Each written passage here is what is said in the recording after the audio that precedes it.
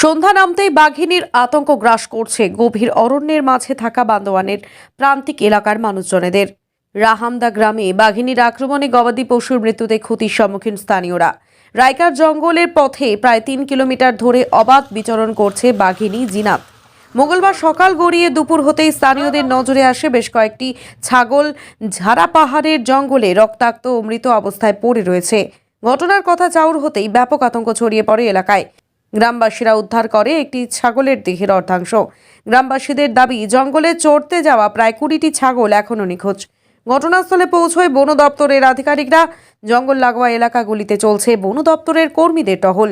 স্থানীয়রাও নিজেদের সুরক্ষায় টহল দিচ্ছে গ্রামে। গবাদি পশুর সুরক্ষায় রাত জেগে চলছে গ্রাম পাহারা। বন দপ্তরের তরফ থেকে বাঘিনী ধরতে নিয়ে আসা হয়েছে জাল।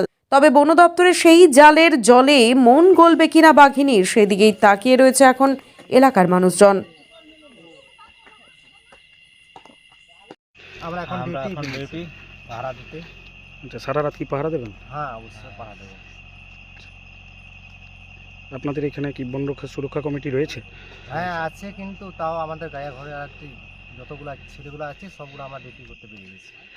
আচ্ছা, কতজন রয়েছেন গ্রামের সব ছেলেরাই চলে গেছে? আমাদের এখন মোটামুটি 40-45 জন আচ্ছা, পাহারা দেওয়ার মতো। আচ্ছা, গ্রামের থেকে বনের কতটা ডিস্টেন্স, কতটা পাহাড়?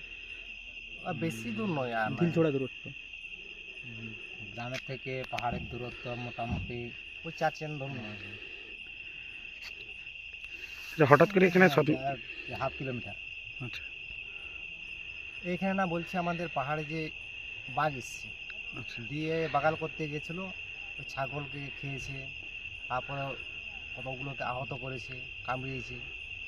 সেই জন্যই কি রাত্রেবেলা আপনারা হ্যাঁ, পাহারা? তার জন্য আমরা এটা পাহাড় দিতে আমরা পেরিয়েছি। কি নাম আপনার? আমার হচ্ছে ধীরেন মান্ডি। আপনার নাম? সুকান্ত মান্ডি।